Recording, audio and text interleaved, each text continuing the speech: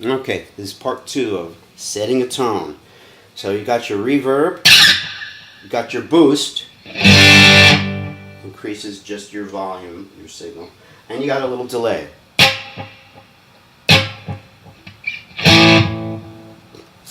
Lead guitar delay, I call it. You don't want it to interfere with stuff.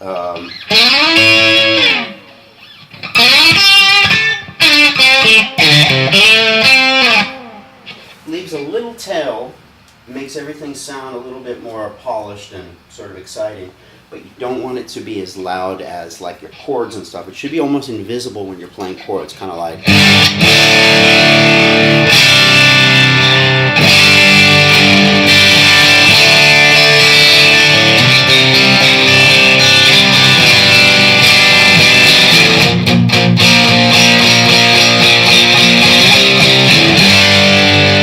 So when I'm going dun, dun, dun, dun, you don't want it going like, you know, getting in that rhythm. So you gotta have that delay so low that it's only audible in the spaces. I don't know if that makes sense, but it's gotta be really mixed back. Somehow it's like I hear it during the leads, but I don't hear it during the chords. Or if I do hear it, it doesn't get in the way of stuff. That might even be too strong, you know, a little too much. I like to have between maybe 1 and 2 to 4 repeats. Da, da, da. So like, I don't know, 2 loud repeats and then maybe 2 that I don't hear, you know, they're very low. Da, da, da.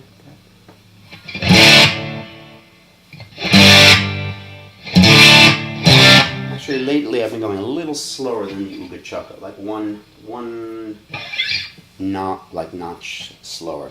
Ooga Chukka. I slow it down a bit.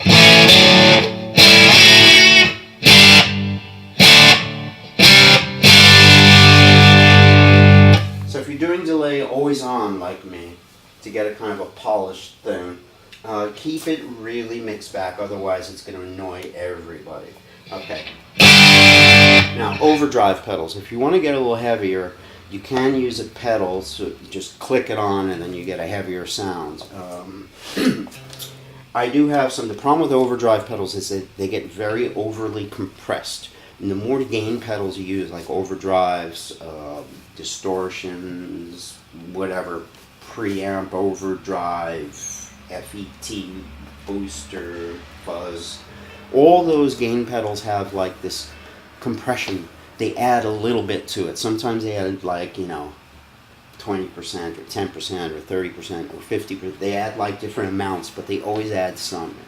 To me, I am not really sure about the science of this stuff, but I know when I started getting too carried away with pedals, high gain pedals and stuff, the touch sensitivity, the texture,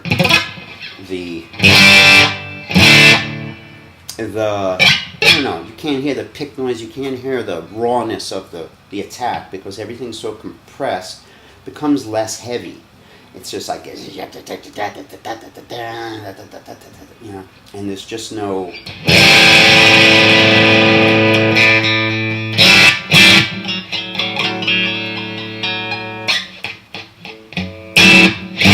Well, YouTube is compressed, and this mic also has compression, so it won't be accurate, but you get the idea.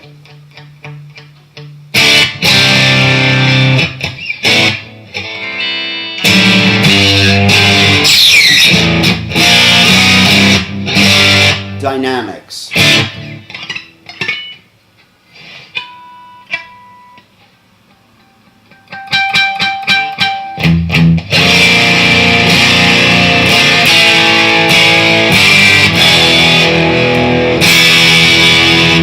It keeps things raw, so you don't want to over compress stuff, and you want to try to get pedals that are just not all creamy and compressed sound. You could use that for just, you know, leads and now and then, but your basic sound has got to sound dynamic and raw and real. So for me, I don't like overdrive pedals much.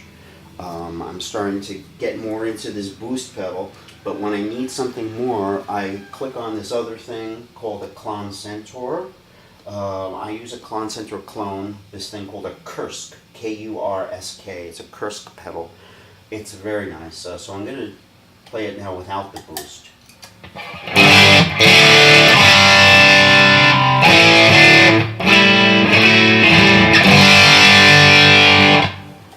Now, here's the boost, and here's both.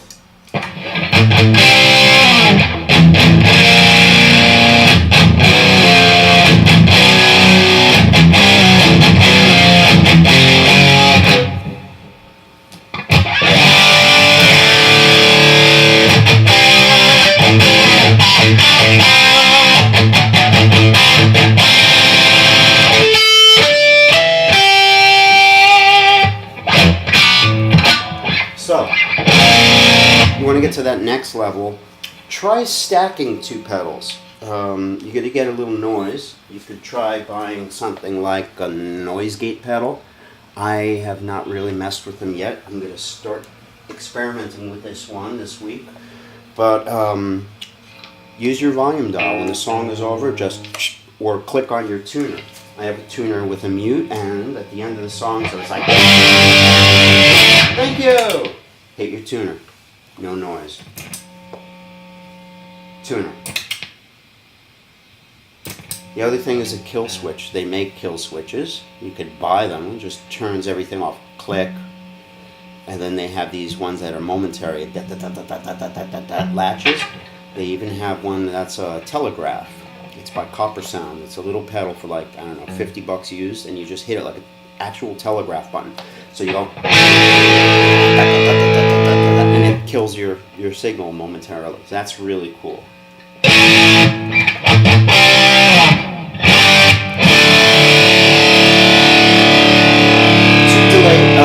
Two pedals stacked.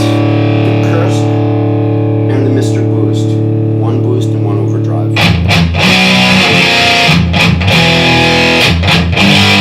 Another way is to just set your Marshall a little bit dirty and use a boost. What a lot of people do is they use a tube screamer and they turn off all the gain, so there's no distortion, and they just turn the volume up to 10. So what you're doing is you're basically just increasing the volume of your guitar really, really loud as it goes into the amp. That's called a boost. It's a more sort of natural way to get distortion, and it sounds really good. Stevie Ray used to do that, Stevie Ray Vaughan, and a lot of people copy that. So you could buy a boost pedal, or you could just do that. Turn off the distortion, raise the volume, bang, into the amp, and then you adjust the volume on your amp the way you want it. So you're basically slamming the signal, bam, really loud into the amp, and making it distort in a more natural way without all these, EQs and transistors and tone stacks, and invented by one person whose idea of the right sounding distortion is their idea. So if you just use your guitar, turn it up much louder, do the boost thing, it's more like your guitar, your amp, your sound, your fingers, that's it. So this is just the boost. Telecaster and Marshall. No effects. It's just a boost, so it's